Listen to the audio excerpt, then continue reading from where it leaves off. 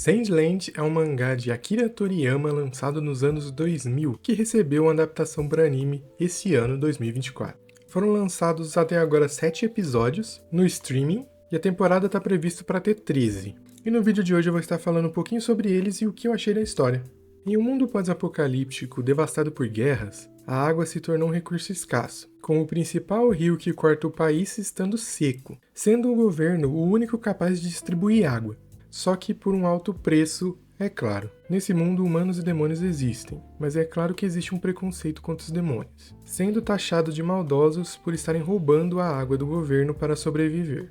Um certo dia, Hal, xerife de uma pequena cidade, ouve falar sobre o roubo de água. Ele descobre que um dos demônios deu totalmente de graça uma garrafa de água para uma criança humana. Enquanto refletia sobre o assunto, ele vê um passarinho azul. Em um lugar totalmente deserto, não teria como ter um passarinho daquele, então ele supõe que deve existir uma fonte de água relativamente perto. Com esse plano em mente, ele vai até os demônios pedir ajuda, para que juntos eles encontrem essa fonte de água escondida. É uma premissa bem simples, mas não deixa de ter aquele ar de aventura das histórias do mestre Akira. O xerife se une ao príncipe dos demônios, Beelzebub, e uma espécie de conselheiro dele chamado Tiff. Ao cruzarem o país, eles vão dar de cara com os militares e outros bandidos do deserto, descobrindo o podre que existe naquela sociedade. O que eu mais gostei do anime em si, além dos personagens, é a sua animação. Na sua grande maioria, ela é feita em computação gráfica, mas ela tem essa espécie de textura, eu acho que chama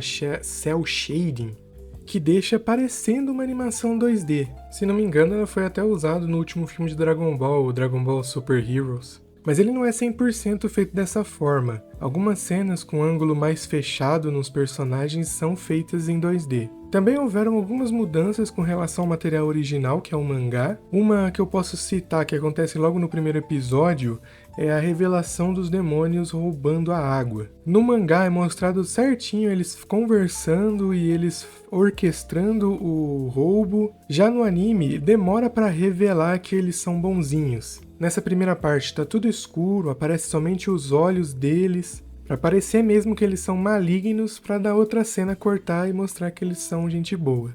E outra mudança que eu percebi foi em relação a uma foto de uma personagem que aparece durante o anime. Ela não é uma personagem importante, mas claramente houve uma censura ali, enquanto no mangá a foto é um pouco mais picante, um pouco mais sensual, no anime é uma foto normal de uma personagem feminina. Mas nenhuma dessas mudanças que eu falei estraga a experiência em si de você assistir o anime.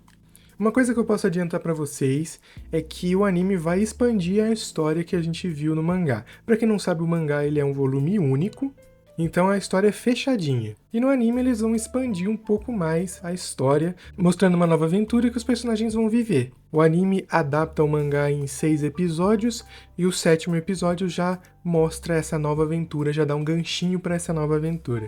O único ponto negativo que eu poderia dizer da história é que ela não dá tanto foco nos demônios assim. Somente no começo ali da história que eles são mais aprofundados, depois a trama se volta totalmente para política e para conflitos humanos. Na minha opinião, seria mais legal se eles tivessem aprofundado um pouco mais a história dos demônios e de outros personagens não humanos que aparecem na história. Mas fora isso, o anime é nota 10. Então esse foi o vídeo de hoje, espero que vocês tenham gostado. Comenta aí se você já assistiu esses primeiros 7 episódios, o que você achou da história dos personagens, da adaptação em si. Querem que eu faça um resumo de toda a história? Comenta aí, beleza? Então é isso, até a próxima, tchau!